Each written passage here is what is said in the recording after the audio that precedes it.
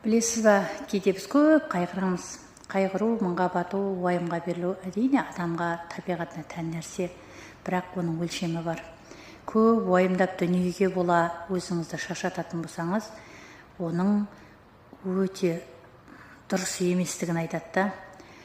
Адамның өмірін дұрыс көңілсіз ету, дұрыс бағытқа қарай бейімдемеуі, ол ғажайыптарды сезінбеуінде да. Абай атамыздың сөзінде мал дүние үшін қам жеме дейді. Яғни қайғы мұңға салынба дейді. Енді сынақ ол адамға бір есеппен берілген.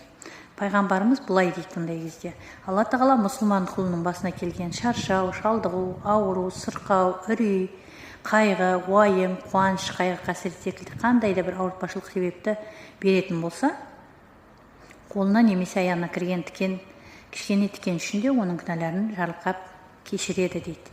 Демек, қайғының өзі сынақ болса да, жоғарыда қағида бойынша бұның да бір сыйы, сыры бар екенін айтып жатыр да.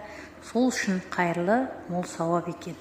Ендеше әрбір адам баласы не деп айтады? Үлкен жетістікке жетерде әуелі қиындықтан өтесіз. Енді Абай атамыздың осы бір қара сөздерінде былай дейді: қазақ тыныштық үшін, ғылым үшін, білім үшін, әділет үшін қам жемейді екен, мал үшін қам жейді екен дейді. Сондықтан өзімізді, басымызға түскен қайғыны, қиындықты міндетті түрде жеңілдік бар деп қабылдай алуымызды.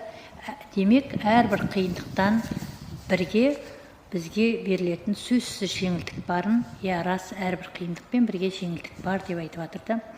Ақылды адам әрбір сәтін ақырет пен дүниесінің пайдасына шешеді деп бағыттайды. Енді орынсыз қайғыны тастап, құтылуға көмектесетін әрекетке көшеміз.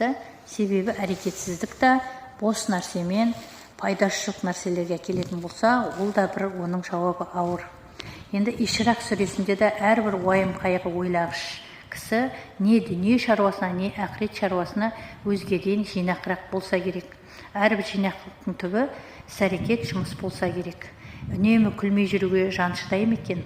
Үнемі уайым қайғымен бол демеймін, бірақ сол бір уайым қайғының да артында үлкен азайтатын дүниелер барын, және орынсыз күлкі азайтпаса, орынды әрекетпен азайтуға болатын Абайдың өзі да қара сөздерінде айтқан. Неки еңбек етіп ерінбей, тояды қарның тіленбей дейді. Яғни тамағы тоқтық, жұмысы жоқтық аздырар адам баласын деп Абай айтқан. Сондықтан әрекетке көшіп өзіңізді жан-жақты істеуге ұмтылыңыз. Ең бірінші ұмтылыс ол иманмен келетінін айтамыз. Сәттілік Алла білуші.